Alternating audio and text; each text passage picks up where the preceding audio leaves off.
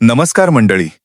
आज आपण स्वामी समर्थ माळ जप करण्याचं महत्त्व, त्याची शुद्ध पद्धत आणि काही महत्त्वाचे नियम यावर मनापासून बोलणार आहोत.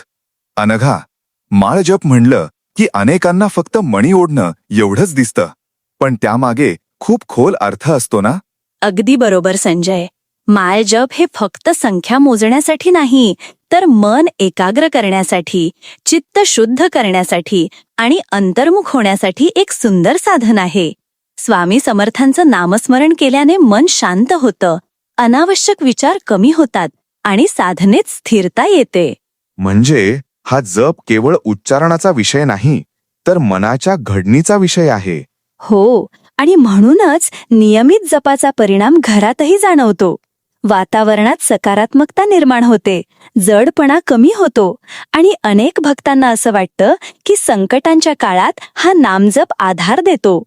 काही जण तर म्हणतात, स्वामींचं नाव घेतलं की धीर मिळतो आणि तोच धीर पुढे मार्ग काढतो. छान.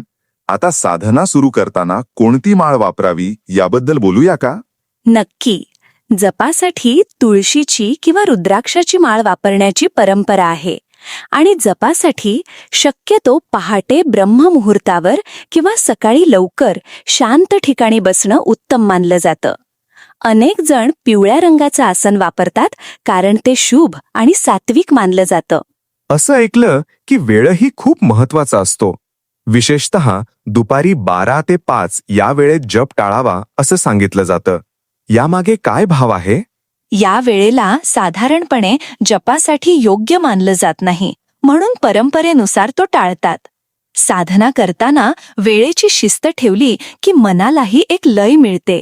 आणि हो, जप सुरू करण्याआधी शांतता, स्वच्छता आणि श्रद्धा ही तिन्ही गोष्टी फार महत्वाच्या.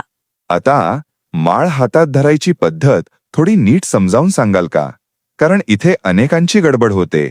हो, हे खूप महत्वाचं आहे. माळ नेहमी उजव्या हाताच्या मधल्या बोटावर ठेवून अंगठ्याने मणी ओढावेत. तर्जनीचा स्पर्श माळेला होऊ द्यायचा नाही असं सांगितलं जातं.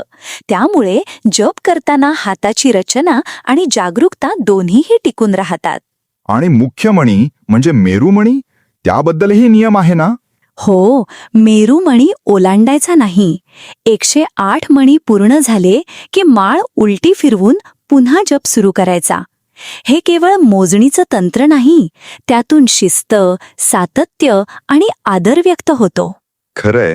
आणि माळीचा म्हणजे माळेचा सांभाळ देखील तितकाच महत्वाचा असतो का? अवश्य. जप करताना माळ जमिनीवर पडणार नाही याची काळजी घ्यावी. माळ नेहमी स्वच्छ आणि सुरक्षित जागी ठेवावी. शक्यतो गोमुखात किंवा पिशवीत ठेवणं चांगलं मानलं जातं. साधनेची वस्तू ही केवळ वस्तू नसते, तिच्याशी शुचिता आणि आदर जोडलेला असतो. माळ जप पूर्ण झाल्यावर काही जण लगेच ठेवतात, काही जण विसरतात. योग्य शेवट काय? जप पूर्ण झाल्यावर माळेला कपाळाला लावून नमस्कार करावा अशी परंपरा आहे. त्या क्षणी मी काहीतरी पूर्ण केलं एवढंच नाही, तर मी स्वतःला स्वामींच्या चरणी अर्पण केलं असा भाव ठेवला जातो. हा भावच जपाला खोल अर्थ देतो. आणि मग जपाचा परिणाम फक्त मनावरच नाही, तर आयुष्यावरही होतो असं मानलं जातं. हो, भक्तांच्या अनुभवानुसार स्वामी समर्थ नामस्मरणामुळे रोगांमध्ये, संकटांमध्ये आणि मानसिक तणात आधार मिळतो. पण मी एक गोष्ट नेहमी सांगेन, जप म्हणजे जादू नाही, तो श्रद्धा, संयम आणि सातत्य यांचा मार्ग आहे.